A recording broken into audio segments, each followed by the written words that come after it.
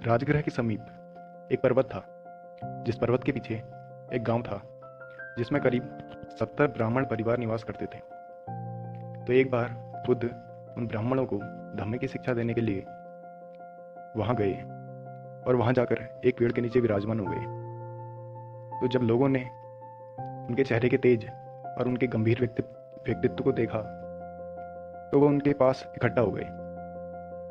बुद्ध ने जब उनको देखा तो उनसे पूछा कि आप लोग यहाँ कितने समय से रह रहे हैं और आप लोगों का पेशा क्या है।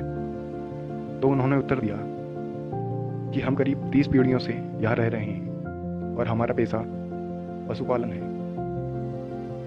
इसके बाद बुद्ध ने उनसे धार्मिक विचारों के बारे में पूछा तो उन्होंने बताया कि हम लोग सूर्य, अग्नि, वायु आदि देवताओं की पूजा करते हैं और जब कभी हम में से किसी की मृत्यु हो जाती है तो हम एकत्र होकर भगवान से उसके लिए प्रार्थना करते हैं कि उसे ब्रह्मलोक में स्थान प्राप्त हो और वह पुनर्जन्म के चक्र से मुक्त हो सके। इस पर गौतम बुद्ध ने कहा, यह उचित मार्ग नहीं है, इससे तुम्हारा कोई लाभ नहीं हो सकता। मेरे बताए गए मार्ग पर चलने से अगर तुम सच्चे श्रमण बनकर साधना में लीन रहते हो तो तुम्हें निर्वाण प्राप्त हो सकता है।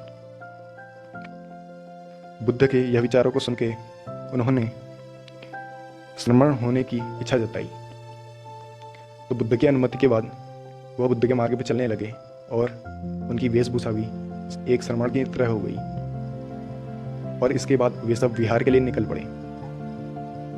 जब वे रास्ते में जा रहे थे तो उन्हें अपनी पत्नी, अपने परिवार की याद आने लगी।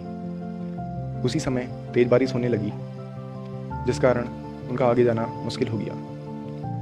उस रास्ते पे करीब 10 मकान थे जिस पर उन्होंने आश्रय लेने का फैसला किया। जब वह एक मकान पे गए तो उस मकान की छत से पानी टपक रहा था। तो इस पर बुद्ध ने कहा कि अगर मकान की छत को ठीक तरीके से ना बनाया जाए तो उसमें से वर्षा का पानी टपकने लगता है।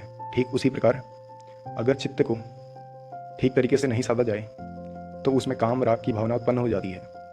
इसके विपरीत अगर मकान की छत को ठीक तरीके से बनाया जाए तो उसके अंदर बरसात का पानी नहीं आता।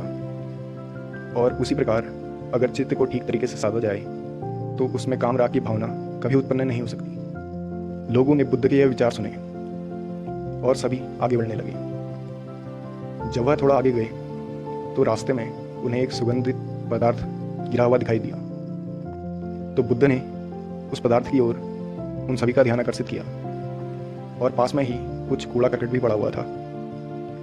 बुद्ध ने पुनः उस कूड़े करकट पर भी उन सभी का ध्यान आकर्षित किया और उन्हें बताया, बुरे व्यक्ति के संपर्क में रहने से व्यक्ति ठीक उसी प्रकार बुरा हो जाता है जिस प्रकार दुर्गंधयुक्त पदार्थ का सेवन करने से व्यक्ति के शरीर से भी दुर्गंध आने लगती है। इसके विपरीत बुद्धिमान लोगों के संपर्क में रहने से ठीक उसी प्रकार व्यक्ति बुद्धिमान हो जाता है जिस तरह सुगंधित पदार्थ का सेवन करने से व्यक्ति के शरीर से सुगंध आने लगती है। बुद्ध के यह विचार सुन के उन ब्राह्मणों के मन में जो अपने घर जाकर काम भोग करने की इच्छा थी वह समाप्त हो गई और वे बुद्ध के मार्ग पे चलने लगे और साधना में लीन रहे और कुछ समय पश्चात उन्हें निर्वाण प्राप्त हुआ।